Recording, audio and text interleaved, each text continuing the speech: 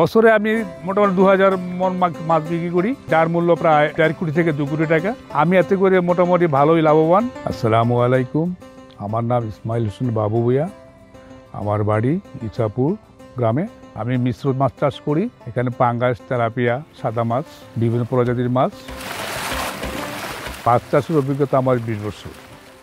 তো 20 বছর আগে আমরা যে প্রতিকূলতার মধ্যে ছিলাম, এখন আর সেই প্রতিকূলতা নাই।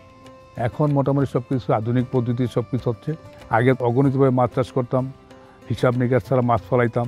এখন আমরা হিসাব করে মাছ ফলাই। টাইম টু টাইম মাছের পানি পরিবর্তন করি পুকুরের। অনেক সময় আমরা অ্যারোটার ব্যবহার করি যাতে অক্সিজেনের কোনো সমস্যা না হয়। তেলাপিয়া আমরা 4 মাসে বাজারজাত করতে পারি। আর পাঙ্গাস মাছটা একটু বড় করে বিক্রি করতে হয় বিধায় এটা আমাদেরকে অন্তত 6 মাস মিনিমাম চাষ করতে হয়। সাধারণত আমরা চেষ্টা করি 6 মাসে মাছ বাজারজাত করার জন্য। সঠিক সময়ে সঠিক রেজাল্ট পাইতে হলে আমাদেরকে ভালো মানের খাবার খাওয়াতে হবে।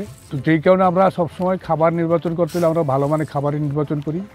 বিগত 15 বছর যাবৎ এসিআই গোদরেজ ফিড খাওয়াইতেছি। আমি আমার কাঙ্ক্ষিত রেজাল্টটা পাইতেছি বিধায় আমি এটা কন্টিনিউ করতেছি এসিআই গোদরেজের ফিড।